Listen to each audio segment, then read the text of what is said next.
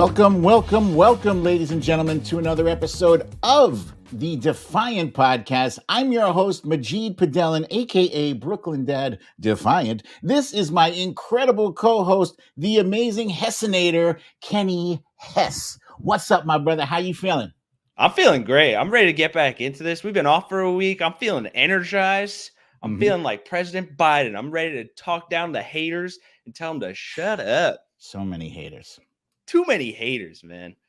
But welcome back, everyone. We've been off for a week. I hope y'all enjoyed your 4th of July, your 4-day weekend. If you had it, happy belated birthday to the American experiment, y'all. 248 years young. We tried so hard. We got so far. And in the end, who knows? None of this might even matter. It's terrible. It's terrible. I love that.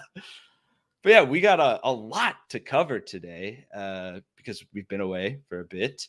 Yeah, it's the freak out to end all freakouts about President Biden's age and candidacy.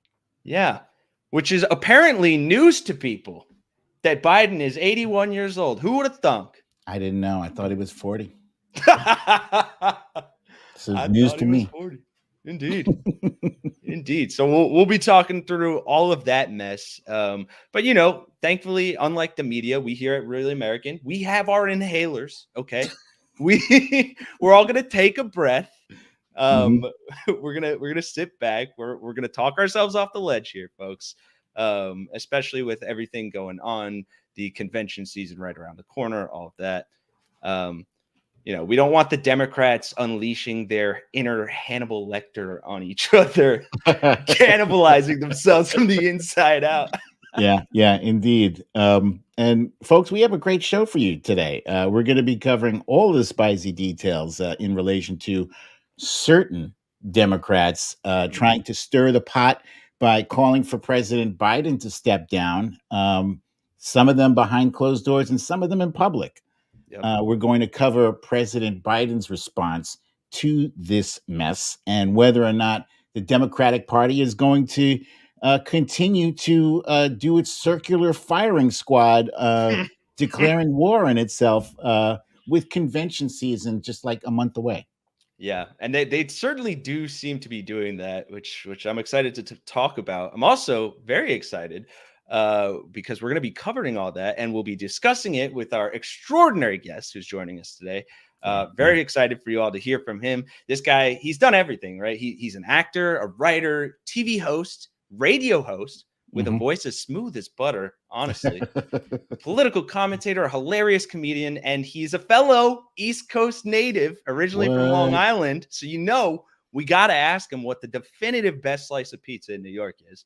So we'll get there. The one, the only John Fugelsang, folks, will be joining us on the pod today. So if you're watching on YouTube, if you're in those comments, drop some emotes in the chat if you're as excited as us.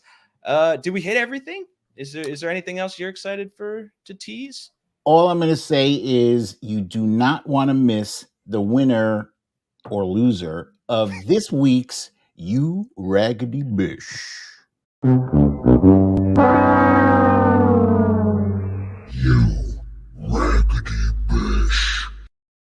Absolutely. Excellent point. I'm excited for that too. So I guess without further ado, let's get the heck into it, shall we? Yes. Kenny, I'm stressed. I'm stressed. Unload on me. I'll be your therapist. There's a lot of bullshit going on, man. There's a lot of calculus right now. Calculus going on about the future of the country, the future of the Democratic Party, the future of our president. And anyone who knows me knows that I don't like math. I don't like math at all. Not a fan of it. Especially not calculus. Oh, hell no. Nah. Ain't about that. Yeah, it's brutal. Despite, what appears to be overwhelming support from the majority, what I see as the majority of the Democratic Party, there have been some painful calculations and conversations behind closed doors about whether or not President Biden is up for the job of taking us all the way to the election and winning and beating a convicted felon in the general election. And there are a lot of like press reports that Yeah. are coming out about these unnamed, you know, panicky Democrats behind closed doors that they're worried that they can't win re-election, and they want them to step aside for somebody. Who? Right. Who is this somebody? They don't say. I mean, I would Yeah. think personally, it offends me. It's insulting that this somebody isn't automatically his vice president. You know, Right. That's a great point. yeah. I don't know about you, Kenny, but I don't like all this bullshit, this all this uncertainty going on right now. Yeah, there's a lot of chatter, and there are a handful of people who have come out and kind of said it in the open, but a lot of them, it almost reminds me of like we've covered on the channel so much the GOP civil war, of Republicans tearing themselves inside out, and now Disarray. in disarray. Yeah, and Yeah. to have Democrats doing the same thing, and to talk privately about it, but then to like leak to the media and then have the media run with these like ridiculous stories. I saw one this morning, some semi breaking, where the New York Times ran this story where they talked to Nancy Pelosi. And the title of the article is Pelosi suggests that Biden reconsider his decision to stay in the race. Within the article itself, Mhm. Nancy Pelosi is quoted as saying, and this is so fucking ridiculous, Right. pardon the French, she says, the president is great, and there are some misrepresentations of what I have said. I had never said he should reconsider his decision. The decision is the president's. I don't know what happened to the New York Times that they make up news. It isn't true. How ridiculous is that? Wait, was that actually in the article? That's in the article. We can link to it in the description or whatever, but it's That's great. insane. I'm glad that they actually managed to actually cover her quote in their own article, because I've lost all faith Yeah. in the New York Times. The New York Times, which used to be like the platinum standard for journalism, like Yeah. the standard to which other publications aspire. But Yeah. they're doing a really shitty job these days, and they seem to be focusing all of their vitriol, all of their attacks unfairly, I think, on President Biden. Agreed. And the fact you bring up a great point, because the fact that this is what the media has been covering nonstop since the debate, I swear to God, I haven't seen like a single ounce of coverage on mainstream media outlets of anything else, including Donald Trump and the Epstein files, something Ted Lieu talked about recently. Uh-huh. Like where is this balanced coverage? Yeah. Why are we only talking about, some Democrat said this, he might be thinking that Joe Biden shouldn't run. Why are we talking only about that? Why is that the constant coverage in You the know, news? Kenny, I don't want to let my conspiracy theorist out of Oh, out of the please do. bag. No, no, no, no. No. I've kept him locked in a cage in my brain for a He's very there. long time. Yeah. But it feels like it kind of feels like a concerted effort through the press, through the media, to like pressure President Biden to do other than what he said. He said, I'm in it, I'm Yeah. running, Yep. handle it, deal with it. And they're like, but are you sure? Yeah. Are you sure? Yeah. Ooh, you're making me want to put my tinfoil hat on too. And No, look, somebody's got to keep us in so check. hopefully John Fugelsang will. But I mean, look, maybe with everything going on, Trump getting presidential immunity and his Project 2025 claims and the things he says he's going to do to people who disagree with him in the media and all of that, jailing journalists, maybe these people are kowtowing and kind of like getting ready just in case he wins, and they're trying to save their asses by saying, oh, well, we said Biden should drop out, blah, blah, blah. That's And they're like, interesting. Yeah. and then, I mean, who knows, 2 years down the line, the entire press is the, what's that thing from 1984, the Ministry of Truth or whatever, just a bunch of Yeah. propaganda. We're going to get John to fact check you on that. John is one of the John Fugelsang. Ladies and ladies and gentlemen, let me introduce my next guest. Who really needs no introduction, but I'm going to do it anyway because he is so awesome. He is an actor, comedian, writer, television host, pole dancer, astronaut. No, I'm saying political commentator and television personality who's been seen on TV, satellite, and radio. He is the host of Sirius XM's Tell Me Everything, as well as his YouTube show on the Political Voices Network, Caffeinated with John Fugelsang. Ladies and gentlemen, the incredible, smart, funny, and talented Oh my. John Fugelsang. Hey. Wow. Thank you so much. I don't know what to say except I need more. I need more and more validation. Thank you so much. That's a big build-up, buddy. You got you got to live up to it. Quite an intro. I'm a little embarrassed, a little sheepish now. I've taken a lot of medication. I'll try to measure up to your introduction. I think we're all taking medication these days. We are. I take medication to give myself more energy to talk people off ledges, and then I take more medication for myself. The media, you understand this, right? There's journalists and the media, and yes. Journalists care about getting the truth to people, and media cares about getting profits to shareholders. These are two very media. Journalists work for media. I work for media. Lots of good people work in media. Media's job is not delivering truth to the masses. Media's job is eyeballs, clicks, and ratings points. So the people who are journalists read and have empathy and are artists, and they care more or less about America, at least parts of America. Some of us care about most of America. That's not the media's job. The media would really like to have their Trump-sized ratings back. The media discovered when I was a kid that you can put these revoltingly fake Christian blow-dried televangelists on TV every night, like Jerry Falwell, Pat Robertson, Jimmy Swaggart, James Dobson. They weren't really Christian. They weren't fighting for any of the teachings of Jesus, but they got great numbers because nice liberal people hate watch them. Donald Trump is the first hate watch president. He is the True Detective season 2 of American politics. Well put. So Trump is great for ratings, and then Donald Trump is going to take the billionaires who own these media conglomerates and reward them with deeper tax cuts just for being themselves. Throw in a lot of dark money from overseas, laundered through various sources. Trust me, there's going to be a lot of people buying Truth Social Media stock before November. You're going to see a lot of Truth Social Media stock going up. And let's not forget that Truth Media, it's going down. It's been going down. It's gone down so hard. Trump paid it hush money, gentlemen. That's how He did. Trump is so embarrassed of his stock, he calls it Eric, gentlemen. That's how bad. Last time the NRA was his money laundering front. New York real estate's always been his money laundering front.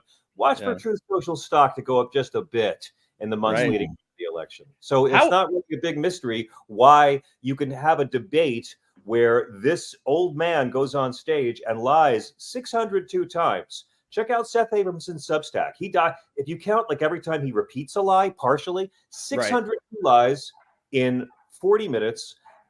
34 times convicted felon and adjudicated rapist who stole from American citizens, including veterans, with a fraudulent online university and ended the 240 plus year peaceful transfer of power. And we're all talking about how the other old guy needs to really drop out. John, before we move on from the press, you made an excellent point about the distinction between journalism and the media. And my question to you is, has that line been blurred ever since there's been a trend where traditional print newspapers have kind of been going by the wayside, and clicks have become like the new economy for journalism. So is there less of an emphasis on accuracy and more of an emphasis on New York Post style journalism, Yes, which is not yeah, journalism at all. yes, everything's clicks. It's the same thing that's killing religion is killing media. It used to be just conservative Christian folks, conservative Christians. They were nice. They were wrong about everything, but they were nice. Now it's these Greg Locke hate chapels, and they have to go so white Christian nationalist because they know if they're not hateful enough, there'll be a more hateful racist church right down the block that'll take these sheep away from my flock. So the churches keep going for more and more of that pure right-wing heroin hate. And it's the same in the media. I mean, we don't have local news anymore, and that's one of the greatest tragedies of this century. And I miss newspapers. I miss that, and I mean, we've been in the golden age of niche news for a long time. I'm not going to totally blame the internet for that. Cable news has done it, and we don't go there for information. We go for affirmation, right? And there is no liberal media, by the way. Your whole conversation proves that the media is as liberal as the corporations that own them. You can have liberal journalists, which you should be. Journalists should be liberal. That's not to say pro-democratic party. Journalists should challenge those in power and fight for the rights of the masses. Journalists should be liberal in that sense and be all about free speech, fearless exchange of ideas. MSNBC is not liberal, pro-democratic party. I mean, I'll believe a news channel is liberal when they fight for organized labor. When they talk about climate science. You want to see how liberal the media is? Come to New York City in the early September and go to the Labor Day parade and count how many news trucks, count how many helicopters you see covering the Labor Day parade. None. The easiest parade to witness in all of New York City, because the media doesn't want anyone talking about organized labor, because the media is not actually liberal. So, Joe Biden's age, look, it's historic. It's the oldest president in history facing off against the other oldest president in history. And we have never in our lifetimes witnessed 4 months before an election, a major political party nominee, the sitting incumbent president, no less, being told by his party that he needs to drop out because of age. Our oldest president for years was William Henry Harrison, 68 when he was elected, gave his very long inaugural speech without wearing a hat and got a cold and died 1 month later. Eisenhower, for many years, was our only president to ever be 70. Then Reagan broke Eisenhower's record. Then Trump broke Reagan's record. Then Biden broke Trump's record. So he's old. I'm not. We do see some of our friends in the Democratic Party pretending that Biden is not old. I've always said he's old. I don't care that he's old. 116-year-old Joe Biden in pajamas, drooling in his wheelchair, is more presidential than Donald Trump. Joe Biden in a coma, on fire, with an alien bursting from his chest, appoints better judges than Donald. Joe Biden's brain kept alive in a jar with electric fights for the middle class harder than Donald Trump. And Joe Biden's dog Commander, biting a chunk out of a Secret Service agent's thigh, cares about what's in the New Testament more than Donald Trump. So I'm just saying, I'll take the old guy. Jagger's 80, De Niro's 80, Harrison Ford's 80, Scorsese, Carole King.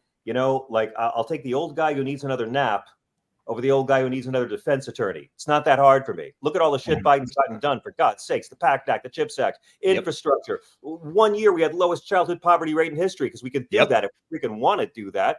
I mean, look at the decriminalization of weed on the federal level and moving it to Schedule 3, getting Big Pharma to come negotiate the Big Three with Medicare for lower drug prices, hearing aids available over the counter, insulin. Let's elect a 100-year-old and see how much shit that guy can get done. For God's sake, gentlemen. This shows how much a president can do when he's not thinking about his mistress or what his next job is going to be. I'm just saying, I got no problem with 80-year-olds in the White House. Kenny, John just took us to church. Absolutely. I'm over here saying preach. And I would love to talk more too about Joe Biden's response to all of this and stuff. But I do want to bring up an interesting point that you made actually on your recent podcast, which was that regardless of what the end result here is for Joe Biden, these Democrats that are calling for him to step down, are speaking way out of turn, right? Because strategically, you referenced saying no decision should be made until at least after the RNC, at least till Trump makes his VP pick. I fully agree. But I would love for our audience to be able to hear it from you. So could you dive a little bit more into your process behind that? Yeah. Honored to. Yeah. Listen, I'm here to be Jimmy Carter and Desmond Tutu and Jesse Jackson and Bono for these Democrats. I am not a Democrat. I have never been a Democrat. I've never belonged to a political party. My mom and dad never belonged to a political party. I vote Democrat because Republicans forced me to vote that way.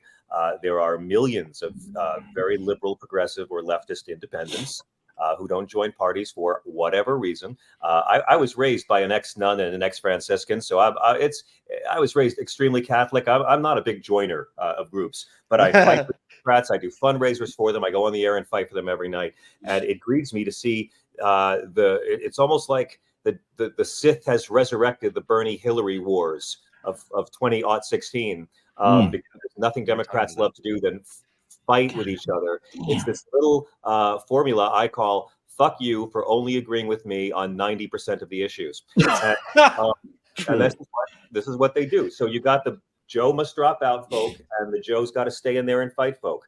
And both sides are fighting for the same reason. They both believe this is the way to beat Trump. Y'all are on the same side, folks. You're all good people. Don't go saying crap now that you're going to really regret the day after Chicago, because you got to build a strong coalition. Whoever the nominee is, it doesn't matter. We're all voting for the guy or woman who's not personal friends with Roy Cohn, Jeffrey Epstein, Vladimir Putin, and Kim Jong-un. I'm voting for whoever didn't have child Nazi Nick Fuentes over to their home for Thanksgiving dinner. It's really simple. We're fighting for the same stuff. We'll be fighting for the same stuff when we're old. It doesn't matter who the nominee is. We're voting for a set of principles, which is a much more popular set of principles than the Republican side. So I look at this debate, right, where Trump tells all these lies. No one's calling on him to drop out. Biden, a terrible performance, the worst debate performance ever by a sitting president. I saw the president at the State of the Union Correspondents' Dinner 2 years ago, and he was amazing, and he was clearly not on his game. State of the Union president, good God, you see that speech? I say to the American people, when America gets knocked down, we get back up. We keep going. That's America.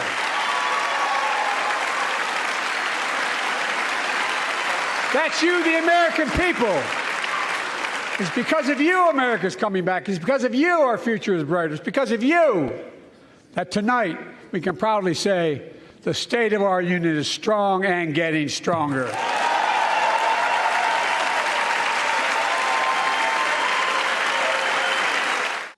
Years old with a stutter. 81 years old with a stutter. He does that for 90 minutes. Yeah. I fell asleep halfway through Dune, gentlemen. Oh man, 81 with a stutter. Saying.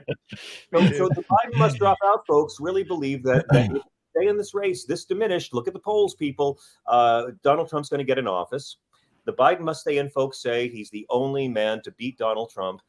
Show me who else in this country can get 270 electoral votes and somehow magically achieve half of what this old man has achieved with an evenly divided Congress. It is the most evenly divided Congress of our lifetimes, and this old man has achieved more legislatively than any other president of my lifetime. He was not my first choice, not my second choice, and he has been the most accomplished president in terms of doing things that help the largest amount of people. I mean, Clinton tried so much, Obama tried so much, Biden tried so much he couldn't do. But both sides have a really valid point. The thing to remember is the Republicans want Democrats to decide this before Milwaukee, because Donald Trump has to pick an awful, corrosive, shitty vice president. He's got Doug Burgum, who's only there because Burgum makes Trump look young and sexy. That is the only That's Burgum, a hard task, yeah. But he brings no one to the ticket. The only reason we're talking about this fossilized aristocrat is because he makes Trump look young. Vance, who has to wear a beard so he doesn't look 12. Vance, who wants to ban pornography. If he wants people to stop watching porn, he needs to start appearing in it, gentlemen. This is and just yesterday, Nikki Haley, who lied to millions of Republicans that she was an alternative to Trump and took their money on this lie, has kept the money and gave all of her delegates to Trump. I have never seen a Republican with a more brazen FU to the people who voted and donated to her in my life. And their GOP responds by not inviting her to the convention. This is how stupid they are. She is the only potential running mate who could bring unity to a party where Man Baby was losing 1/3 of his own vote in the primaries, even after Nikki Haley had dropped out. He always lost at least 25% of his own base. So the smart choice is pull an LBJ. Reagan asks Bush, unify your party. Man Baby won't do that. He's too narcissistic. So they're deeply stupid. They're panicking because they don't know what ticket they're going to run against. Am I running against a mixed-race woman? Or am I running against the old man who's kicked my ass every time? So they don't know what they're doing. The Democrats are not going to accommodate the Republicans. The Democrats are going to make Donald Trump pick an awful, corrosive running mate that no one's except Marco Rubio, who legally lives in Florida. You're going to prove that you've made Marco Rubio surrender so much of his manhood that he's Ken Crotched himself to complete smoothness, that he's going to change his state residency of a state he serves in the Senate. I mean, at least Tommy Tuberville and Josh Hawley pretend to live where they live. Marco's going to do it to appease men. Who's he going to get? I mean, I'd love it to be Rudy, honestly, but that's probably no hope for that. Vivek Ramaswamy would be great. He looks like he was like if Eddie Haskell was doing coke all night with James Woods. So Trump's stuck. He's got to pick a running mate. This White House, there's a process going on. The NATO summit is part of it. Joe Biden is doing the most public on-the-job performance review we've ever seen an employee do in history. He's talking with world leaders right now from NATO. He's going to be doing this big press conference. Every leader of NATO wants Joe Biden to stay, by the way. They don't want Trump back. All of our capitalist allies, the only people who want Trump are foreign dictators and thugs. And I include Hamas and Netanyahu in that equation. So Democrats need to chill out, let the process play out, try to not alienate your allies too much, let Trump do that, and wait until after. All I can say to you with certainty is the Democrats will leave the Chicago convention completely unified and very excited for the 3 months to come. It's going to be okay. From your lips to God's ears, John, I really hope you are right. Guys, I'm sorry. And I look like Michael Corleone with this lighting. I'm sorry. It works. I'm in LA and I didn't have my usual place to go. Let me ask you this, because you mentioned the disastrous debate performance, and you also mentioned his current meeting with NATO leaders. And ever since his debate performance, he's made some public appearances at rallies. He's done radio interviews. He did an interview with Morning Joe the other day, and emphatically stated that he's running and everybody can shut the hell up. And recently this the speech he gave to, I think, 30 NATO leaders, and he sounded really good. It makes a big difference when you don't have phlegm in your throat. Just saying, right? McCartney's voice doesn't sound the same as it sounded 15 years ago. Paul McCartney at 82 does not sound like 68-year-old Paul McCartney. Okay, your voice gets thinner. It happens. Biden's old. Cognitively, he's fine. He's older, and people get freaked out by that. That's what's going on right now. We're more afraid of age than we are of evil. So as a result, all of these things, all these appearances, every freaking thing he does, we are all on pins and needles, because it feels like every appearance, every speech is a performance review. Is he going to have to continue walking this performance tightrope every day until the election? Yes, the burden is on him. The burden is on him. And this old man is up for it. And I believe in my heart that Joe Biden is not doing this out of any kind of personal narcissism. I mean, maybe he is, but I really believe he's doing this because he believes he's the only person that can beat Donald Trump. And again, Gavin Newsom's not going to ride up with Gretchen Whitmer on her white horse and do anything. There's a line of succession, and it goes to the vice president. And if you try to take it away, if you think there's going to be some convention that's going to hand this nomination for Biden-Harris over to someone who's a white man whose name is not Biden-Harris, it's not going to happen. It would tear the party apart. It's going to be Joe Biden, or if he does not run for any reason, it will be Vice President Harris. These are the only possible choices. And I think all this talk about drafting Josh Shapiro or Wes Moore is finally on the wane. It's good to get those names out there pre-2028. Yeah, but none of them are going to be running this year, and there's no real. There's no universe where any of them will really. I mean, Doctor Strange could find maybe 2 out of 14 million ways. Sure. Gavin Newsom's the nominee, but not this year. Yeah. So it's going to be one of them. And again, you know, the sooner we can get beyond that, the better, because we're at a point right now where, like the reason I think the media is covering all this is so the media can't cover what has happened to change our country in just the last couple of weeks and months. Our president's not allowed to forgive student loan debt interest payments, but he is allowed to kill people. Our president can break laws, but he's not allowed to enforce existing laws. It's a crime to be homeless, but it's not a crime to try to overthrow your government. The EPA can't regulate the water anymore, but judges are going to be the ones deciding food safety. Yeah. You can have the 10 Commandments in public schools, but you can't teach the history of racism in history class. And there's parts of this country where it's easier for a rapist to become a parent than for couples who want to use IFV. Like, we're all talking about the old man being an old man, but it's 50 years since Watergate, and the Republican Party has now gone from I am not a crook to a crook is not a crook. I mean, let's just get the courts. Experts tend to say that's it, because Trump doesn't need to get the media.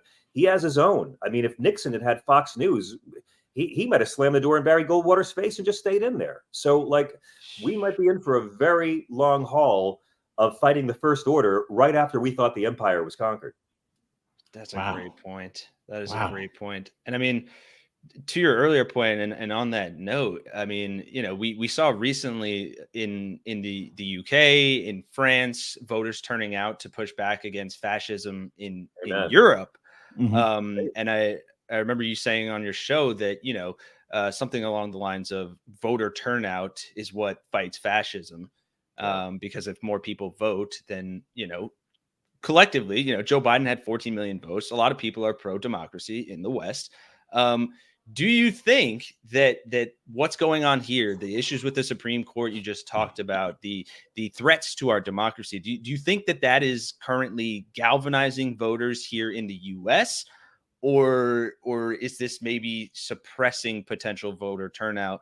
It's galvanizing Democrats. It's galvanizing Democrats right now. All this Biden age stuff is a distraction. I mean, when we come out of that, like by September, all of this summer horror, this summer of our discontent made winter by this bloated man baby son of Queens will be long forgotten.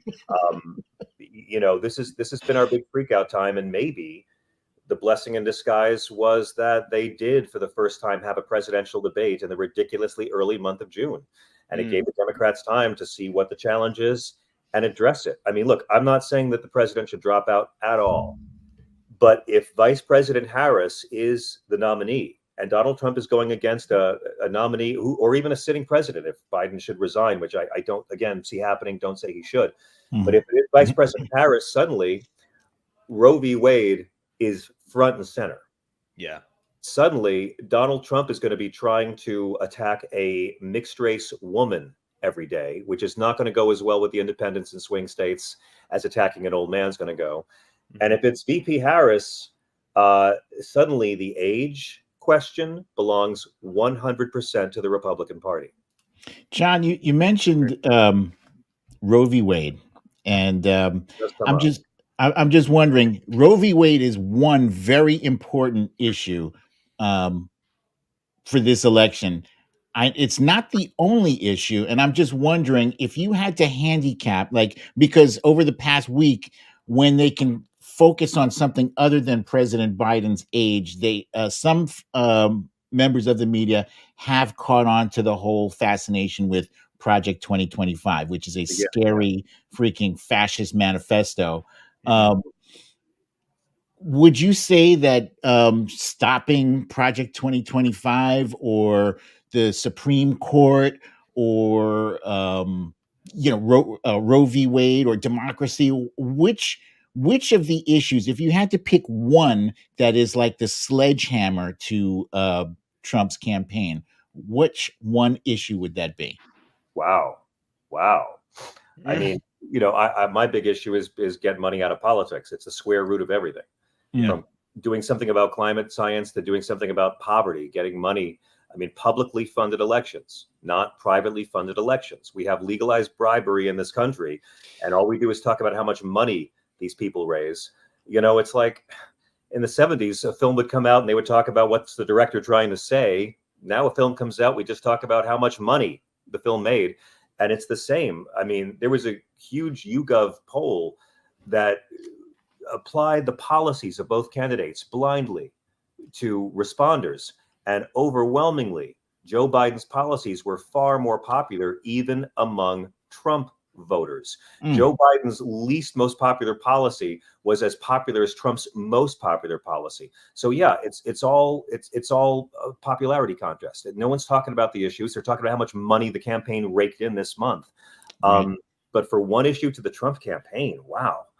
I mean, let's see. No one cared about the racism.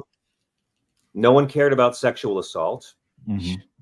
No one cared about bragging about sexual assault. No one cared about years of a racist lie that the first black president wasn't really one of us. Donald Trump admitted Barack Obama was born here on September 16th, 2016. And no Trump voters know that. Did you know this? Trump voters don't know.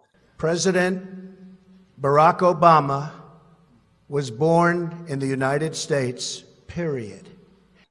I do this on the show all the time. When this is a thing I do that really annoys my friends, but y'all can do this, and you're a very attractive audience can. Anytime you're talking with any MAGA person, if you want to save time, if you think maybe I can have a reasonable conversation, maybe I have other things to do today, right? Maybe I could go expose myself to strangers at the bus stop or whatever your thing is. You want to save time? Ask your Trump person a very simple question. Say, listen, I'm enjoying this talk, but if I could, please, I just need to ask something.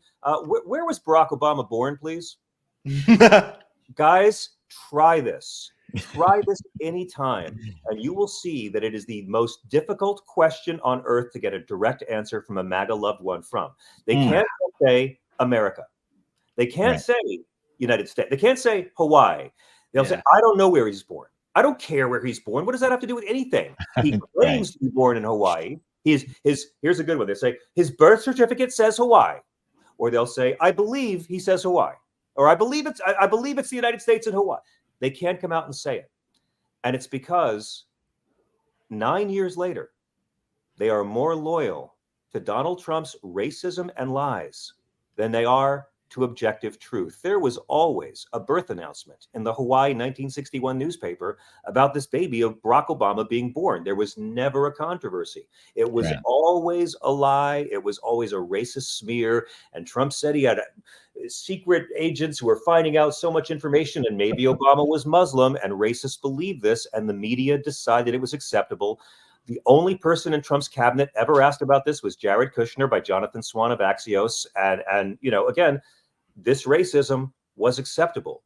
Stealing from veterans with a fraudulent online university was acceptable to these people. But just ask them, where was Obama born? Because they don't know that Donald Trump admitted he was born here in 2016, because the media they consume never told them that Donald Trump admitted he was born here in 2016.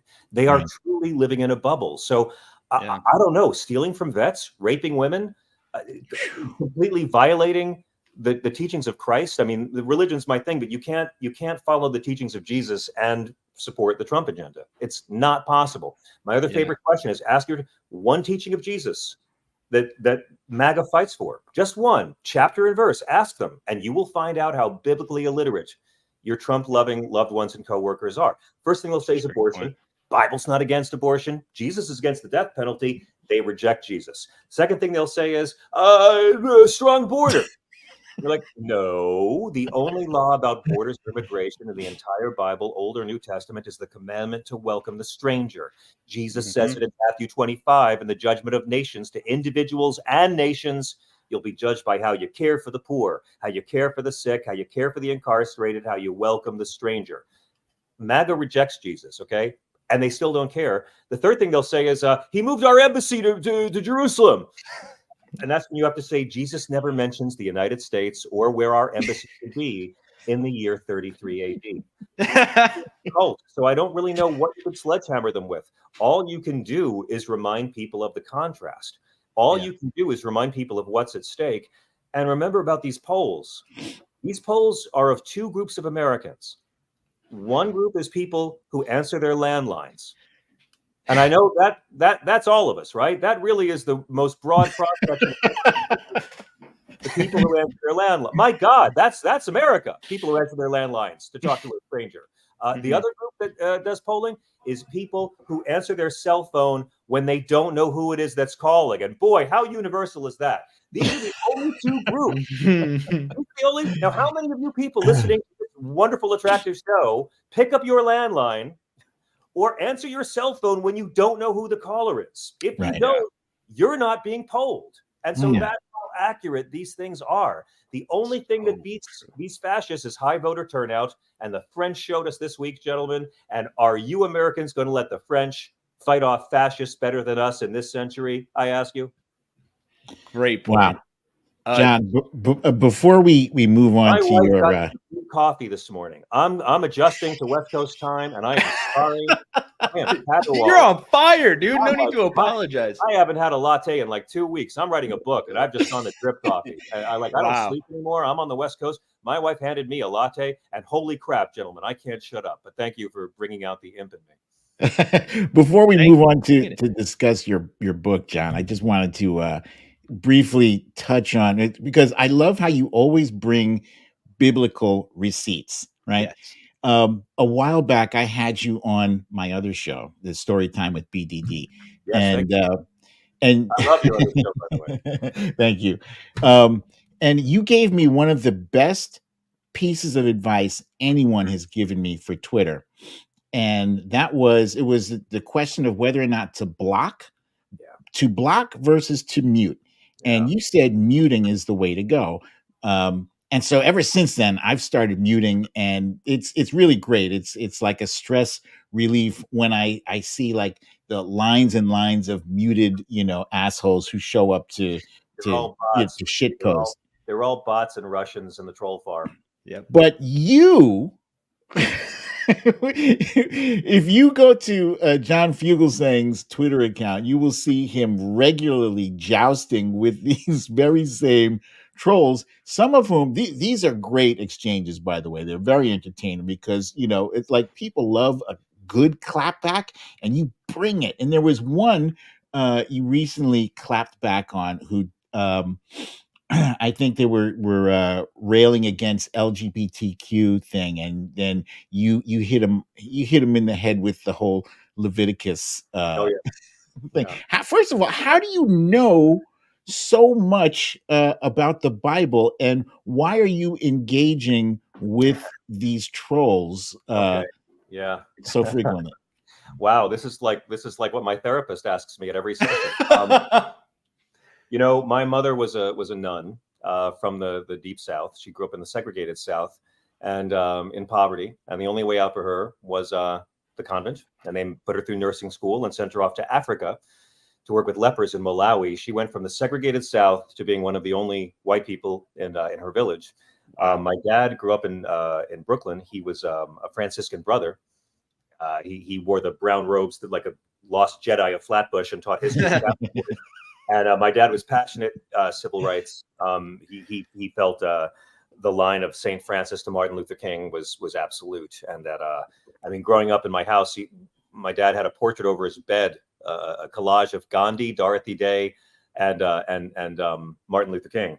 Dorothy Day, founder of Catholic Charities, who was a rock star. She should be a hero to all progressives. And so my father had this great idea to raise us on the Isle of Long to be progressive, free-thinking, sexually repressed Catholics. And so I admired Jesus the way anybody admires mom's first husband. And growing up, I was a Jesus freak. And I came to view Jesus the way I view Elvis. I love the guy, but a lot of his fan clubs terrify me. Mm-hmm. When I reached a point that I couldn't kiss the ring with the Catholic Church anymore, I got really into theology and really into researching the Bible and learning the Bible. And so that led to the book I'm working on right now. But in the case of Leviticus, here's how it is. Our Hebrew friends are in Israel, and they finally get out with the help of the Lord. See, what I believe in doing is thumping Bible thumpers with the Bible. Okay, let's assume that every word of their holy book is true. Let's just assume it's all true, because I think atheists make a big mistake attacking them. If you just say to someone, "Oh, you're superstitious and you believe in sky fairies," well, your insults are only going to make them dig in, right? They're only going to think they're more right because they're being scorned by some godless heathen, blah, blah, blah. I take a different approach. I say, let's go to the holy book you wave around like a prop, and let's see what it actually says in there, shall we? Because this you speak of was a peaceful, radical, nonviolent revolutionary. He spent his time with lepers, hookers, and criminals, didn't get upset about sin, got upset about hypocrisy. He was anti-death penalty, completely anti-death penalty, never anti-gay, never anti-abortion. In fact, the Bible is never anti-abortion. In fact, Judaism is never anti-abortion. In fact, abortions are legal and free in Israel right now because abortions aren't banned in the Bible. Jesus was a long-haired, brown skin, that's in Revelation, homeless, community organizing, anti-slut shaming, unarmed, Palestinian, liberal Jew. But that's only if you believe what's actually in the Bible. So the Jews get out of Israel and they have the 10 commandments, and then God gives them Leviticus, right? The 10 commandments are like the Big 10. Leviticus was like the terms and conditions, okay? And like the terms, and no one reads them, you just click. So that's Leviticus. And so nowadays, if you're a bigot, if you're a gay hater, if you're an adult who, after all the struggle for gay liberation, after the crisis of AIDS, after people fighting to come out of the closet and live their lives in a society based on liberty and freedom, and to actually do that, after the struggle for marriage equality, if you still have to be a bigot, if granddad's still so set in his ways, the Christians do this by getting around Jesus, because you can't be a homophobe and follow Jesus. It's Sermon on the Mount. Yeah, sorry. It's do unto others is right there. You can't do it. You can't be a bigot. Jesus never anti-gay. So you got to go around him. So these fake Christians and their flock fleecing Pharisee phony leaders, they'll go to St. Paul or they'll go to the Old Testament. They'll go to Leviticus. We're in one line Leviticus. And again, this is rules for Israelites who are wandering the desert after being in slavery for 40 years. And it's all about keeping your tribal numbers up and not abandoning the faith. Those are the two goals of Leviticus. They have no antibiotics. There's nowhere to charge your freaking phone. They got nothing. They have no idea what they were in for. And it's these rules so we don't kill each other. And we keep on making new babies and we don't give up on God. That's Leviticus. Doesn't apply to Christians. In fact, Jesus has this thing called a new covenant. The blood of the new covenant will be shed for you and for all so that sins may be forgiven. If you believe in that, then you're saying that you acknowledge the Old Testament law doesn't apply to you. Jesus has this thing he does in the Sermon on the Mount where he fulfills the law. Doesn't abolish it, he fulfills it. And he fulfills this by saying, that's how it used to be done. This is how we do it now. He says he has this thing, it's the closest thing Jesus gets to a catchphrase. He says, you have heard it said, but I say unto you. And in the Sermon on the Mount, he tells you, the law of Moses doesn't apply anymore, not to my people. You have heard eye for an eye. I say to you, turn the other cheek. The entire thing is Jesus not negating the Old Testament, but fulfilling it, saying you are hung up on the letter of the law. I'm here to tell you the law is love. And Jesus reduces the 10 commandments to 2.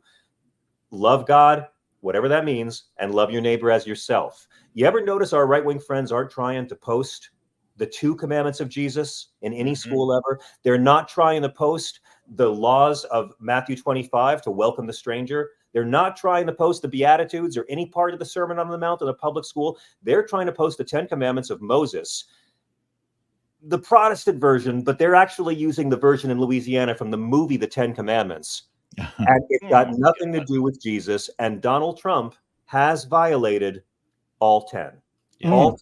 He has stolen, he has executed, assassinated, and lied during a plague. He has killed. He has coveted his neighbor's wife. He has had gods before Jehovah. He has coveted his neighbor's goods. Donald Trump has violated all 10. So we can be upset about them doing this in public schools, but these kids in Louisiana have an advantage. Their parents are telling them to follow these 10 rules and live by them. And then they're watching their parents vote for a man to be president who's broken all 12. Kids in Louisiana are learning never to trust MAGA Christians. and they're being taught it in the schools. But this is where we're at right now. So for me, you know, you want to go into Leviticus where it says, you shall not lie with a man as with a woman. That's an abomination. They cling to this because they don't follow Jesus. So they go around him anywhere they can, even though Jesus already said this doesn't apply. You're not a first century Jew. And if you follow Leviticus, you have to kill gay people, not just hate them, kill them. I don't know if you homophobes have noticed the gay guys have been working out. They're ready for you. 300, those were some really rough gay men ready for someone to mess with. That movie was so gay, I came out to my parents. So again, they cling to the hate, right? But also, you can't eat bacon. You can't eat shellfish if you believe Leviticus. And if you believe Leviticus, if these are the rules you live by, then you got to go by Leviticus 20, which requires you to murder by stoning all adulterers. And I'm going to let you homophobes work that out with Donald Trump yourself. If you read the part of the Bible that says being gay is an abomination, then you owe it to God to stone Donald Trump to death. And not to put too fine a point on it, but to stone him to death many, many, many times. They don't believe in it. It's a book they don't follow, and they weaponize a Bible book they don't believe in to hurt a minority Jesus commands them to love. I want to hear a goddamn Democrat once in my life call out these hating frauds. Yeah. Wow. That is the church I want to go to. Thank you for that sermon. Thank you. By the way, these are the rants that made a lot of agents at William Morris give up on me. I just want to point that out. You know, how many times was I told, couldn't you be more like Adam Carolla? Couldn't you be more like Adam Carolla? The times I was asked to be more like Adam Carolla, gentlemen, would blow your mind by the William Morris agency.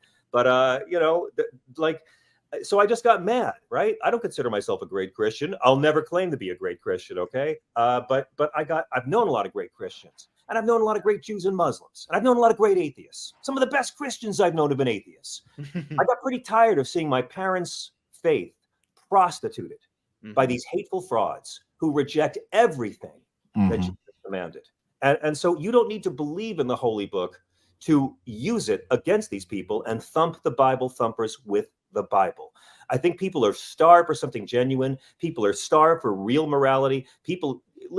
Why do you think that religious participation has gone down so dramatically since the 1980s, the rise of the fundamentalists, when criminalizing abortion replaced everything Jesus taught in this country? 2 generations of Christians are groomed to reject everything Jesus said. And if you ask anyone, what is a Christian? They'll by the 1990s, as a kid, if I told any other young person I was a Christian, they assumed that meant I hated gay people and wanted the government to force rape victims to be pregnant against their will. Yeah. Because that's what it is. And by the way, forcing American citizens to be pregnant against their will has nothing to do with the New Testament. So even if you don't believe in the Bible, we got to take it back from these frauds because they have used it to gaslight all of us for generations. They're full of shit. They're not Christian, and they need to be called out on it. Take away the camouflage. Thank you for your service. Thank my wife for the latte, man. I'm insufferable. Insufferable is not the word at all. I'm just snapping along over here. By the way, I do this for 3 hours a night, everybody. If you're really bored and your life's empty, come to Sirius XM, 9 to midnight Eastern, 6 to 9 Pacific. And we are also a free podcast the next day, which is not just me ranting. There's guests and celebrities and all kinds of goofy stuff. I can verify it is an excellent show. I have been on it several times. I want to ask you, so you told me, I think yesterday or the day before, that you are in book deadline hell. Yes. What is going on with your book? My book is I'm writing a book for Simon & Schuster's Avid Reader Press, and it's a book about Christian nationalism and fundamentalists, and it's a book about everything we're talking about that you kindly open that Pandora's box, Majid. It's called Separation of Church and Hate. Ooh, nice. And it's a guide for atheists and sane believers of all faiths as to how to use the Bible when debating Christian nationalists and fundamentalists, because they are taking over our country. Christian nationalists are about 24% of our population and 66% of our Supreme Court. They are taking over. They're an ugly minority, and they use scripture as their camouflage. And this book is a guide to camouflage removal, because they should have to fight for their shitty policies that nobody likes on their own merits and not pretend that God or Jesus have sanctioned them. And you don't need to believe in God or Jesus to use these arguments to tear these people down. That's the thing. You don't need to take the Bible as literal fact. Most Christians don't take the Bible as literal. I mean, no one takes the Bible as literal fact. Anyone tells you, read Book of Genesis, there's fallen angels who have sex with human females who give birth to giants. There's a lot of shit that doesn't make its way into our Bible coloring books. I mean, Elijah's walking up a hill, and these children come out, 43 children, and start teasing him, bald head, baldy, bald head, baldy. And so God sends 2 bears to maul the 43 children. Holy shit. I'm a kid reading this, and I'm like, for like a whole summer, I'm like, how do 2 bears kill 43 kids? How the 2 bears move fast? How did 2 bears? I spent a summer of my childhood trying to figure the mathematics. Unless if they're in a pit, I get it. If they're in a closed room, 2 bears can kill 43 kids. But 1 kid would get away. You can't. No one believes in all the Bible is literal fact, and anyone who says they hasn't read it. So we have to take this away from them because it's all the crutch they've got, people. Yeah. Wow. So anyway, that's my book, and it's and it's going to have like everything. It's about why the Republican Party is against the teachings of Jesus on immigration, on abortion, on same-sex relations. There is no war on Christmas. Jesus is the biggest feminist in the Bible. I mean, every point. Jesus does not like guns. They use one line of Luke 22 out of context to make it seem like Jesus likes your guns. They carve Luke 22. They inscribe it on guns now. Sell your cloak and buy a sword. Because it takes one line out of context where Jesus is very anti-violence. But they take one line and they prostitute it and blaspheme it to make it seem like Jesus is pro-gun. You guys know it only takes a second to tell a lie, and it takes a lot longer to deconstruct a lie. But Totally. We got to do it because these motherfuckers aren't going to stop until they're shut down. Yeah. It sounds like your new book is like a must-have for those of us who enjoy jousting with the online trolls. We'll see who's president in 6 months and whether it is allowed to be published. But yeah, I just got tired of it. I just got tired of watching a movement that was grounded in peace and love and nonviolence and forgiveness, and see it prostituted into this. Well, what Hitler did. I mean, they're doing exactly what Adolf did. The Trump-Hitler comparisons when it comes to Christian nationalism are just so stark and so unavoidable, unless you don't want to see them. And our media is not talking about it because, as we began, our media wants their Trump ratings back. Mm-hmm. Yeah. Well, thank you for sharing that. I know you're in deadline hell, but is there a tentative release date? Next year, 2025. But I have to waiting on. I've got to turn in my draft in I think 31 days. So yeah, it's just a lot of amphetamines for me, a lot of cocaine, a lot of whiskey, and a lot of weeping and praying and rationalizing that they're going to want their advance back. I'm going through all the Kubler-Ross phases of writing a book. Yeah. The Hemingway treatment. Exactly. Well, I for one cannot wait to read your book. I don't read a lot of books anymore these days. I read a lot. I read yours. You are, of course, talking about The Littlest President. The Littlest President. Yeah. Thank you. But I definitely look forward to sequel, Majid. I hope your book doesn't get a sequel. I've been working on it, and now this recent rigmarole has kind of thrown me for a loop there, and I'm suffering a crisis of confidence in where to take this, where to finish this. I know. I'm writing a book right now, and I'm like, wow. I interview authors all the time who have this predicament. Like, I don't know who's going to be the president next year. I'm like, I don't know how much of Trump I need to put in this or not. I don't think he's going to be reelected, but I do know it's a very distinct possibility. I mean, January 6th was his beer hall putsch. Yeah. More and more. That was the beer hall putsch. And the beer hall putsch seemed like Hitler was done. And then he came back and took all power. So I don't know what's going to happen. I mean, how are you guys handling the current Democratic Party freak out over one of the old guys being old? I don't care how old he is, but I am I am extremely stressed about the and pissed, frankly, about the the pearl clutching. Come on, let's let's get past this. It was one bad debate, and people are trying to say, well, no, it's maybe it's a deeper issue. Look, he didn't just become old overnight. You guys Yeah. knew that he was old when we elected him in 2020. Yeah. So just get past that shit. If you didn't put up somebody to that had a realistic chance of beating him in the primary, Yeah. then that's on you. That's on you. We voted for him. 14, as Kenny pointed out, 14 million of Really, us, Democrats. And if you don't like it, then you have to change the primary process. But that's not where we're at right now. Right now, most of us are like, yeah, let's go, Joe. And I feel like the Democrats, Donald Trump was quiet for the past 7 to 10 days. Yeah. And that's mainly because I'm guessing somebody told him that old proverb, like, never interrupt your enemy when he's in the process of destroying himself. Something else. There's something else going on there, Majid. This guy whines in his trial every day about how he needs to be on the campaign trail and can't be here. And then he vanishes for 11 days when Biden is at his lowest.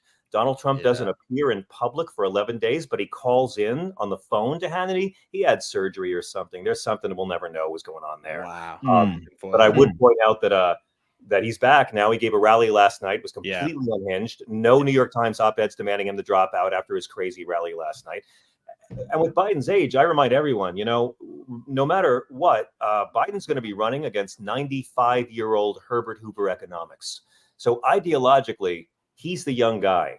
He's running against Herbert Hoover. He's running against tariffs, tax cuts for rich people. He's running against Herbert Hoover. He's the youngest one in the race ideologically. And on the debate stage, yes, it was the worst performance of a president ever. But Joe Biden was only the fourth worst person on that stage. Joe Biden, Donald Trump was horrible. And God bless Dana Bash and Jake Tapper. But if someone came into my house and lied to my child 600 times in 40 minutes, I might decide it was more important to stand up for the truth than my own sense of professionalism. I might decide that making sure my child wasn't misinformed and lied to mattered more than my appearance of decorum and objectivity. If you're letting lies, dozens and dozens and hundreds of lies go forth, you're not being objective. You are doing what Elie Wiesel said. You are the bystander when something unjust is happening. That is not neutral. And so Jake Tapper and Dana Bash have a great deal of responsibility, as does CNN, which is controlled by people who want Donald Trump back in the White House. But again, it's Herbert Hooverism. Biden's old. I'm not going to deny it. I'm not going to deny it's a bad debate either. But what's he up against? If they can keep it about policy, then it'll help. But I really do believe that, as I said, the polls are not to be believed. Every election where Roe v. Wade has been on the ballot since Dobbs, Roe v. Wade has won. And I don't think this election is going to be any different. Thank God, and mark my words on this, thank God, whatever happens in November, that we did all this ageist bullshit now in early July. Well said. I hope I can curse on this show. If not, I apologize to everybody. I you did. I feel like Trump speaking in a church of Trump Christians. I've been so vulgar, and I'm so sorry. You're fine. No, we appreciate it, and we appreciate the honesty, the humor behind it all. You asked earlier how we're dealing with it. That's the only way I get through this, is, like you said, just pointing out the things that unfortunately the media is not, and finding the humor in some of it. I feel like that's the only way I've been able to drudge through all of it, is being able to make fun of it. That's the only way I can do it, because I'm as freaked out as the rest of y'all. But like with Sirius XM, we took over the what the fuck o'clock slot. They made me refuse a few years back and asked us to go to nights. And I was like, oh God, what are we gonna do? And Obadala is telling me, oh, it's dead, no one listens. And then COVID, and I was like, wait a second, I can't do any comedy clubs anymore 9 to midnight. When I'm in LA, I can do a comedy club after 9, but then COVID hit, and suddenly our job was talking people off a ledge every night. And so, I kind of feel like that's half the job in media. You can be the side that wants to freak people out for ratings. I'm not that competitive. I don't need to do that. I've done my time in those trenches. I'd rather remind people of the bigger pictures that the people trying to freak us out don't want us thinking about. And the biggest picture to remember is there's more of us. MAGA is 25% of this country tops. Yeah. And it doesn't feel that way because of the media amplifications they get. And there's a lot of foreign money doing that. But every time there's high voter turnout, progress wins. And I mean, every time. When there's low voter turnout, the status quo wins. We've seen it so many times. And when I look at the high Democratic turnout for the midterms in 2018 and 2022, I'm sorry. I'm not going to stop being inspired by that. That says a lot more to me about our priority as people than Joe Biden's horrible debate performance a couple of weeks ago. John, I'm going to take your there's more of us to the bank, because I absolutely did need to hear that. And I think everyone once in a while needs to hear something to help them keep things in perspective. And I appreciate it. That's Lando Calrissian. Not in The Rise of Skywalker. I'm quoting Billy D. Williams. I'm not, and I would never do that to Billy D. He gets all the credit. Hell yeah. John, I appreciate you joining us here on the Defiant Podcast. I feel like every time I talk to you, I feel smarter, and I hope our audience feels the same way too. Listen, every time I talk to you, I feel smarter and I feel more inspired. I think you're doing the Lord's work. I see what you're doing out there on this Nazi chat room hellscape that is Twitter. And honestly, and it's so pathetic and it's so awful. And this petulant apartheid Nepo baby. I mean, my God, it's like all these Caligulas, all these goddamned aristocrats. You know how tired I am? You know how tired I am of the Lucky Sperm Club and these millionaire at birth mediocrities who are so obsessed with being loved that they grow up and devote their lives to being fucking Joe Rogan. That's all Elon wants, is to be fucking Joe Rogan. You could aim higher. You could feed India for a year if you felt like it, Elon. You could end poverty. You could save the public school system in your adopted home of the U.S. But no, you'd rather have anti-Semites think you're a cool dude, bro. And that's what it's led to. And this proliferation of Russian bots, and it's just, there's so much awfulness out there. The internet has brought a lot of good, but it's brought so much ugly. And I think people just want something sincere and genuine, and maybe even with some kindness and love attached to it, and maybe a dick joke, so we know you're on the level. And I thank you all the time, Majid, and Ken, I thank you for your service as well, because I've watched you, and it's like we just got to get out there and not be obnoxious dicks and remind people of the facts. And the fact is that there is not, again, this is what you ask your Republicans: 3 questions. 1, teaching of Jesus he's ever fought for. 2, where was Barack Obama born? And 3, Donald Trump stole from American citizens, including veterans, with his fraudulent online university. Please, Republican friend, explain to us why this is acceptable to you. Question. Make them answer them. Don't have to get in fights. Just ask them questions, because we're hoping to get along with these guys as well. We want to, Donald Trump's going to die someday, folks. I hate to tell you, but he's going to do it. The post will stop. The hideous anus-like lips will stop. And it's going to be like, Hogwarts had to get along with all those Slytherin Voldemorts after book 7. I mean, you got to get along with these people someday. Donald Trump will die. There will be a funeral. Melania will bring a date. It will look like Liberace's piano. His partner will be the My Pillow guy and Scott Baio and Ron Jeremy and Kim Jong-un. And probably Rudy, but he'll be too short to reach the casket. He'll be jumping, trying to reach it. And they'll have the Trump Presidential Library and Museum for people who never go to libraries or museums ever. And it's going to have to be in freaking St. Petersburg, Russia. I don't know where it's going to be, but it'll be the Trump Presidential Library and Casino is what it's going to be, gentlemen. He's going to be taking these rubes money from beyond the... He'll be dead. And he'll still be taking their money. They will still be giving their money to a billionaire to prove they're not in a cult, gentlemen. That's how you own the libs these days. Let Donald Trump go out with his dream team. Let him have J.D. Vance trying to ban porn. Let him have Byron Donalds explaining to black families how better they had it under Jim Crow. Let him have Kristi Noem shooting puppies in the goddamn face. He's got his squad assembled. Let's get beyond this, get beyond the 2 conventions, and let America face the choice we have this year. Because again, as Joe Biden always points out, it's not between me and the Almighty. Consider me to the alternative. There is a choice. young people and women have not forgotten Roe. Black people are not going to suddenly want to vote for Donald Trump. Latinos are not going to suddenly and gigantic. Some Catholics who hate abortion, no doubt. That's why Ronald Reagan gave them amnesty.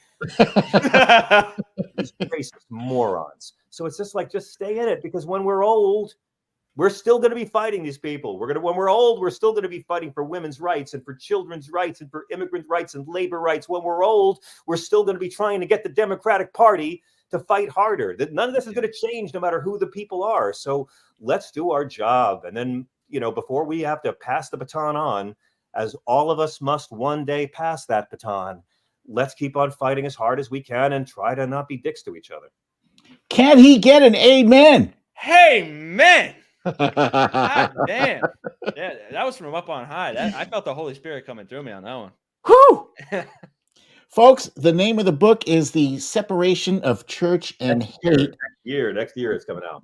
It's coming out next year, but keep an eye out for it. The author, the actor, the radio personality, the political commentator, the genius, John. Stand up on tour Fugelsang. right now with the Stephanie Miller Yeah. Sexy Liberal Comedy. I should say that we're on tour, and man, we've been doing this tour for a decade. We've had everybody from Nancy Pelosi to Lily Tomlin join us on stage.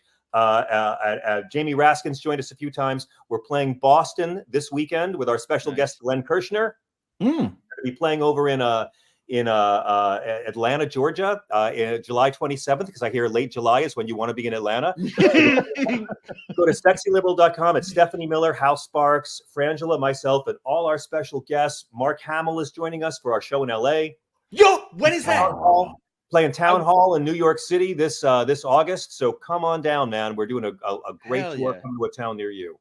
And these shows are great. It's like a pep rally. It's like you're in a theater with 2,000 people and there's 0 red hats. It's like, oh my God, all the same people in my zip code in one place. Nice. Awesome. John, thank you again. Thank you so much. Oh, thank you guys for what you do. And I'm honored that you would have me. Holy shit, Kenny. That was something. Wow. My God. I feel smarter for just having been a part of that conversation. Oh, yeah. Yeah. He was spitting fire, just He did. nonstop. Jewels, drop jewels all over our studio. Yeah. Our virtual studio. Our virtual studio. Yeah. No, I cannot wait for that book. I was thinking about, I didn't want to say it like this. I was trying to come up with a joke, but I was like, I'm going to read that as steadfastly and use it as a manifesto as much as these MFers on the right are reading Project 2025. I'm going to be like the Heritage Foundation of his book. Yeah. I actually can't wait to rewatch this episode. Me too. There were at least three moments in our interview with John in which I was like, oh, that would make a good clip. Oh, that's a good clip too. Oh shit, that's a good clip too. Yeah. That was fire. They were like mic drop moments where he was just like on a roll. I love my favorite bit I think that he had was the 3 things to tell to your MAGA or Trump supporter person in your life. I will carry that with me. That is brilliant. Where's Obama born? Mm-hmm. Oh my God, that's so funny. And which thing? Something about which commandments? Which Jesus' teaching does Trump imbue? Right. And then Trump stole from the American people, including veterans, with his Trump University scam. How is that acceptable to you? Damn, you took good notes. I did. Yeah. All right, so Kenny, I think it's about that time. It is time for my favorite segment of the show. It is You Raggedy Bish. You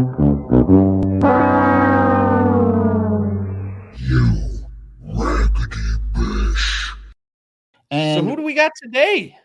Well, for this week is another unusual selection, but I think if you're paying attention to what we've been talking about today, you can guess.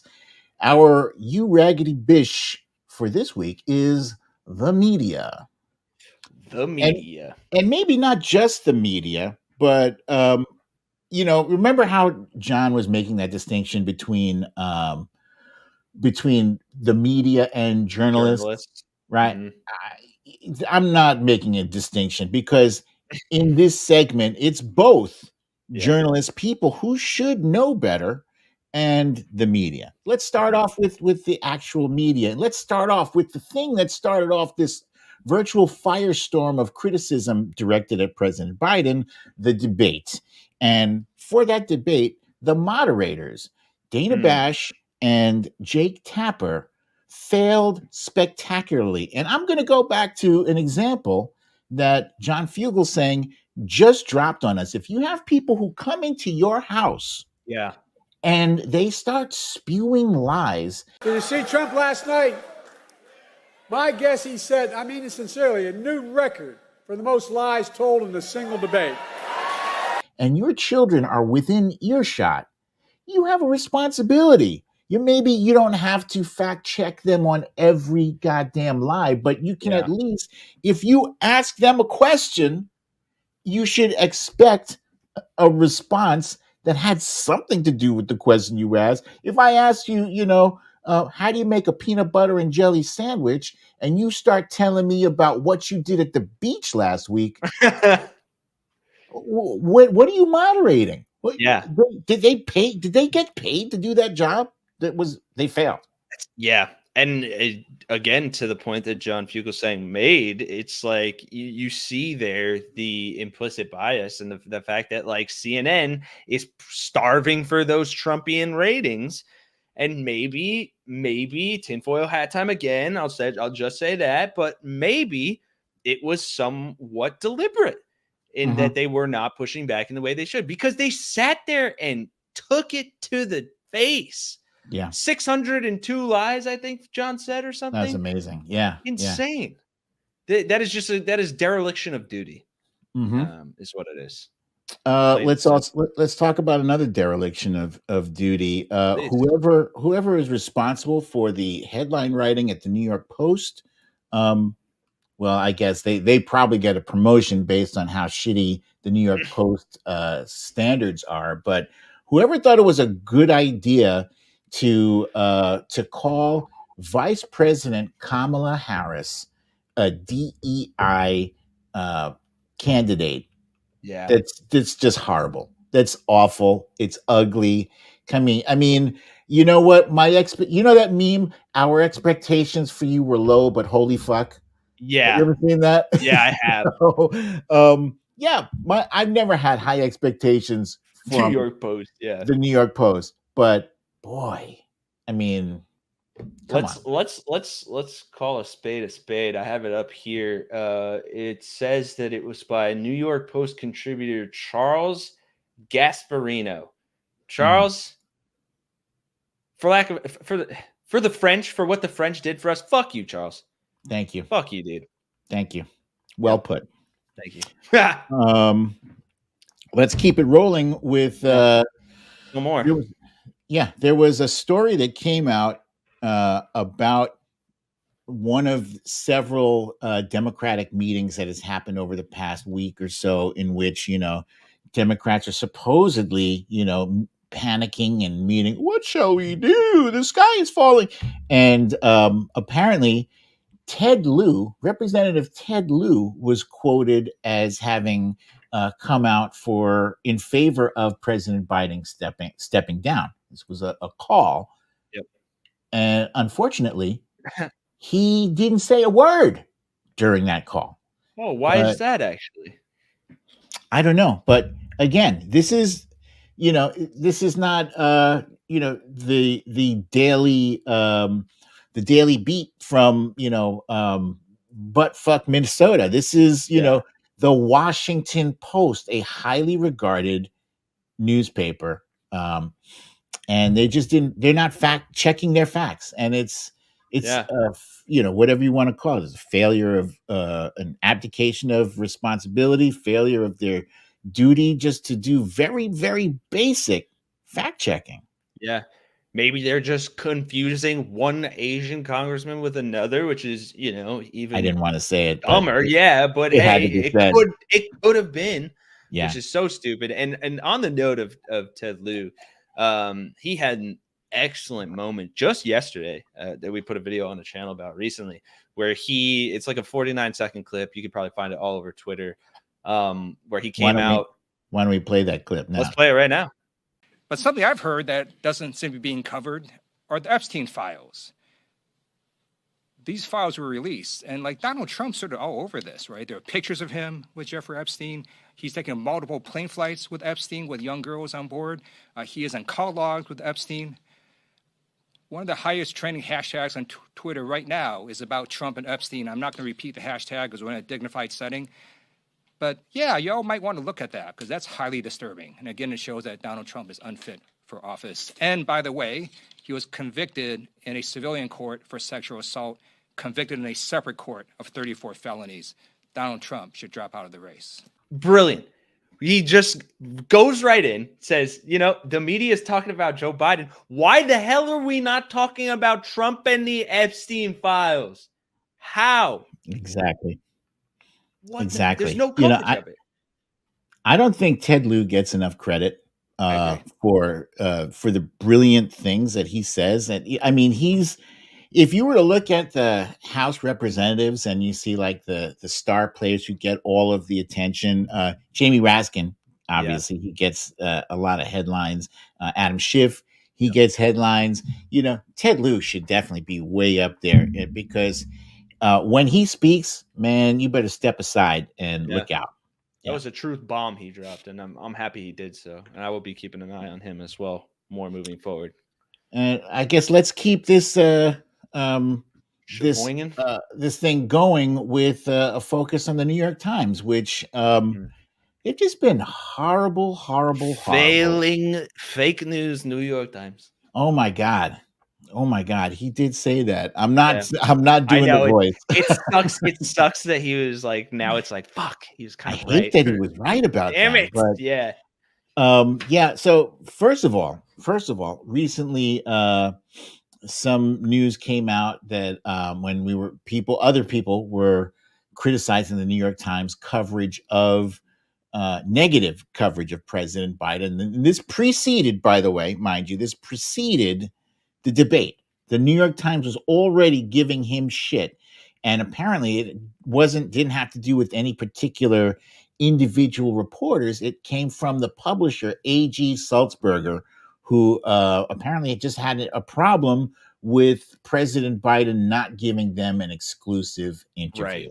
Okay. And so as a result, he quietly encouraged them to go negative on him. And so that's what they've been doing. And so fast forward to this week, a story came out where a Parkinson's doctor, a Parkinson's neurologist, I guess, paid 8 visits to the White House. And so the implication in this reporting, the implication was that this Parkinson's doctor had gone to see President Biden 8 times in 8 months. 8 visits in 8 months. This Parkinson's doctor, supposedly went to see President Biden. That's not the case at all. That is not what happened. They didn't. Yeah, no, they made it look like that. It's just shitty reporting. But Karine Jean-Pierre, the press secretary, she stepped up there and she explained what had happened, and she also explained that President Biden has seen a neurologist 3 times over the past 3 years as part of his annual physical. And in that annual physical, it is required for that he see a neurologist. So all 3 times he's been seen. Aside from that, though, this Parkinson's doctor did not see him. She could not reveal the name of that Parkinson's doctor because they have, their guidelines or whatever for privacy. Nor could she reveal the names of the people that this Parkinson's doctor had seen. But apparently, there are members of our military, over 1,000 members of the military, who do use the White House doctors. Did you know that? I did not know that, actually. I didn't know it either. But that's a thing. So there was this one reporter in the press conference earlier who was really going at it with Corinne Corinne. Jean-Pierre, and in a nasty way too. I thought it was very disrespectful, and I didn't appreciate, how he went at her. Yeah. And then the White House issued a letter saying, "Oh yeah, she's right. By the way, you guys owe her an apology." That the letter didn't say that, but Right. somebody does owe her an apology. I don't know how she does that job. I couldn't do it. No. She God, gets no. way too much shit. Yeah, and even I think I know the clip you were talking about, and it was just like so nasty. And she responds with, to her credit, amazing grace. Like Oh she God, actually, yeah, like the amount of poise that you have to deal with people like that giving you that kind of shit. Um, kudos to her. Kudos yeah, to her. yeah. I couldn't Man. do it. So And that's it. I mean, I think those four examples are plenty, but there are plenty of other examples of the media, the press, the journalists failing us. yeah, They've failed us because they've turned up the heat on President Biden based Yeah. on a 90-second poor debate. Granted, it was a horrible debate performance, but you're comparing it to a debate performance where the other guy stood there for 90 minutes and just lied nonstop. Yeah. Right. You're comparing it to a presidential candidate who has been convicted of 34 felony counts, Yep. who has been found Adjudicated. liable Yep. for assault of the sexual variety, Mhm. who has as many crazy utterances at his rallies that you would ever expect to find from a major political candidate, where he's just fixated on sharks and Hannibal Lecter and batteries and showers that that don't have enough water and dishwashers. What did he call it? Yeah, all of this nonsense, right? Just random shit. He forgets plenty of words. He mangles his words, but we're going to just stay focused on this old man who, by the way, is only a few years older than the other candidate. You're going to stay focused on him nonstop and give him all of your vitriol. And basically, this is a gift in kind to the Trump campaign, Yeah. right? Normally, the Trump campaign would have to pay money to have people attack his political opponent. Instead, he's getting all of this shit for free, not just from the media and from journalists, but even from fellow Democrats. And that's a goddamn shame. That is a shame. And shame on the media. I agree with John, what he said. We need to get money out of politics, but also these people are just doing this to line their pockets. They're doing it for ratings. They're doing it for clicks. And it's despicable and it's disgusting. And it's partially why we do what we do here, because we want to be the voice of reason that people can come to. We're not beholden to corporations or to shareholders or anything. We are grassroots funded. And that's what we have the ability to do, to bring you these stories, to bring you these takes. And we hope that y'all appreciate it, because like we talked to John about, this is what keeps us going. And there are more of us than we allow ourselves to think. So, thank you all for watching, for being here, and thank you for being a part of this. And do know that there are a lot more of us than there are of them. I love that too. I love that. That comment from John. Absolutely. Yeah. Well, that is all the time we have for today, folks. We've come to the end of the show. Like we just said, thank you all again for listening, for watching, however you're consuming. If you're on YouTube, make sure you drop a like on the video, subscribe to the channel, stay tuned, because we have a ton more exciting guests coming for future episodes. Also, if y'all have topics or people that you'd like to see on the show, y'all can drop those in the comments. Maybe we can use Majid's excellent Twitter network to try and reach out to some of these people. I'm struggling. Word. And speaking of those comments, be sure to check out our Patreon page. We'll be dropping some early snippets of this episode over on there. And like I said, we are grassroots funded. So not only do you get some additional content over there, you're also supporting the work we do here as a grassroots funded organization. And you're supporting anti-fascism and the prolonging perhaps even the saving of our democracy. So we greatly appreciate all of y'all for that. We could not do this without your support. This has been the Defiant Podcast. I'm Majid Bredelin, a.k.a. Brooklyn Dad Defiant. I'm Kenny Hess, a.k.a. the Hessinator. Stay defiant.